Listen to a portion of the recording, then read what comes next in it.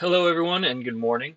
My name is Adam Conklin and today I will be presenting a video on what I believe will be a series of 3 or 4 presentations for EVSP 501 Environmental Management. This is part of my graduate level curriculum. Today's date is December 14th, 2024. That said, I hope you are all having a wonderful day and hopefully we learn a thing or two. Just for some brief context, during this initial presentation, I'll just be providing some brief knowledge on the topic I've selected to make it a little easier for us all to kind of follow throughout the weeks. In addition to the brief overview, we'll cover the geographic location, some historical background, abiotic and biotic factors that may be affected by the plan, as well as some policies that could be cause for concern. If you couldn't tell by the picture, the topic of my presentation will be on wolves, particularly gray wolves, and their reintroduction into Colorado. So many of you actually might know the plan that I'm talking about from the controversies that kind of precipitated since the plan's finalization in 2023, just a year ago. That said, for those that don't know, through ballot initiative 114 passed during the November 2020 state election, Colorado voters approved to reintroduce gray wolves to the state. 3 years later, the plan was finalized with the primary goal of maintaining a viable, self-sustaining wolf population while addressing concerns over conflicts of domestic animals, wildlife, and people. This isn't the first time wolves have been reintroduced to an area in order to restore ecological balances, but this was a major step for Colorado.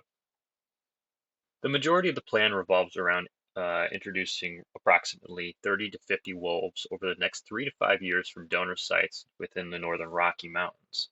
Uh, it says Northern Rockies, so we look at states like Montana, Idaho, Wyoming, but also there was a couple articles that stated there was donor sites from Oregon and Washington as well.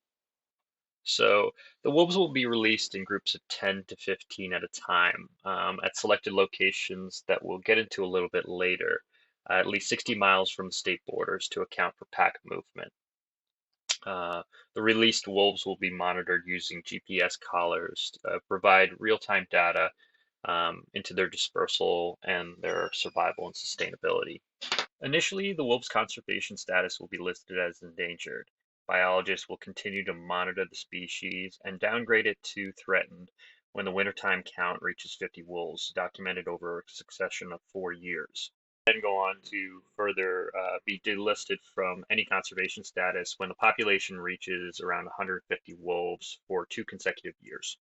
Of the plan revolves around public concerns and outreach. The plan addresses public concerns with wolf livestock compensation programs, which provide fair market value for livestock deaths or injuries that occur due to the wolf reintroduction. Besides this, public outreach and education programs will further educate residents on understanding how wolves help the environment and hope to debunk some of the myths surrounding the wolves and the fear surrounding them. Well, you guys aren't going to be able to see it, but I included a video in my presentation. I'll leave a link in the comments below. This is from the Colorado Parks and Wildlife Department, and just depicting the compensation plan and some of the education campaigns. It's a 2 hour long video. I don't recommend sitting through it unless you really want to educate yourself on the topic, but might be good to kind of skim through. If I didn't state it enough earlier, this project is located in Colorado within the continental United States. Believe it or not, Colorado spans more than 100,000 square miles, with approximately 73% of it uninhabited by humans. This is mainly due to the mountainous and rocky terrain, which is the Rocky Mountains. Colorado, I think, has over 50 peaks that exceed 14,000 feet. It's a little hard to construct buildings and urbanize in areas like this, and so we see most of it just rural land. More specifically, I guess, where is the project taking place? So the project is taking place, the release points, or more or less, are going to be west of the Continental Divide, which is this kind of ridge right here, and north of Interstate 70, which if you can see, hopefully you can see, is right here. So we see this area. These are dense. This is a density chart, and we're not going to get into that today, but yeah. The point to emphasize is the proximity to some of the major cities. Um, right here, obviously, we have the release points, and right over here is Denver. Um, Obviously, it looks a lot closer than it is. It's about 100 miles, but this is still within the range of like traverse for some of these wolves that might look to migrate out of the areas that they're released. Something to keep an eye on, at least. So this slide is not really super important, but it might play significance as we move forward. Something I just wanted to touch upon, the Continental Divide. I kind of mentioned it in the last slide. But many of us probably don't know what that is. The Continental Divide is just imagine a giant backbone that extends through the North American continent. I only have it depicted through the United States here, but it actually extends down through Central and South America and up through Canada. Just imagine just giant peaks, ridges. It's just a big ridge. And you can see how that plays into the geography, and it's going to play into some other parts of the project and plan as we'll probably touch upon in the next slide. So geography.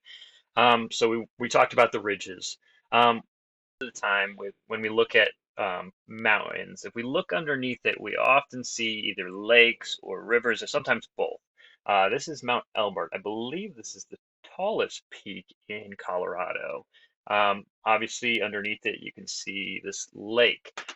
This is kind of a common thing. So we see, if we were to look at the Continental Divide, it would be a giant ridge line. Um, where you might see ice caps or rain kind of flowing down, and you start to see these streams. And this will play into effect when we get into some of our abiotic and biotic factors and how wolf eradication kind of affected it. Before we get into those factors, I wanted to provide us with some historical context of not only Colorado, um, but wolves. So historically, wolves were native to the region. And they've been long revered and feared in the area, depicted in tribal folklore as symbols of courage and strength and loyalty, and sometimes even success of hunting, with some tribes even saying that they taught them how to hunt. Um, but despite this kind of reverence, wolves have also been depicted negatively as either child snatchers or livestock murderers, and this perception led to extermination programs and bounties that nearly drove the species to extinction. By the 1940s, the gray wolf had been eradicated from Colorado and the Southern Rockies, with it disappearing across the United States. So, since the eradication of wolves in Colorado, there's no longer been an apex predator in the area to maintain large mammal populations, such as elk, deer, and moose. So what we're experiencing is these large booms in populations of large mammals. And while it sounds like a really good thing, it's actually not as good as it sounds. You're probably wondering what the issue is with these large populations of elk and moose and deer. Um, and the real problem is overgrazing. And this leads to a trophic cascade that leads to extensive damage to the environment and the ecosystem. Besides loss of plant biodiversity, we're also seeing issues with soil erosion and the inability for trees to grow properly. So species like beavers and songbirds are declining, as well as even fish populations that look to use tree cover for shade. These mammals are eating the saplings before they can mature into trees that are kind of vital for many ecological systems. So I just wanted to add this slide to depict the importance of trees. Obviously, not the best picture, but I think it gets the point across. If you look at the trees, we can see these deep root structures that aren't present with these grasses and shrubs. And although the shrubs and grasses have these roots, they don't extend as far down. Uh, so these hardwoods act like rebar and concrete, where they create kind of a stabilization of the surrounding area. And this is really important, especially when you have an area where water might be present. The picture on the right looks to be of some sort of coastal area, and although it has grasses, you can see how easily it is eroded in the presence of water. Without those trees with those deep root structures, there's nothing to hold the soil bare. So we already talked about the importance of trees, and we kind of already touched upon the cascading effects on wildlife. But one thing I wanted to hit home again was the effect on populations of beavers. While wolves are themselves a keystone species, so are beavers, and the reason behind that is they create dams. These dams create these extensive riparian ecosystems that can house several species that really kind of make a ecosystem whole. It might sound counterintuitive.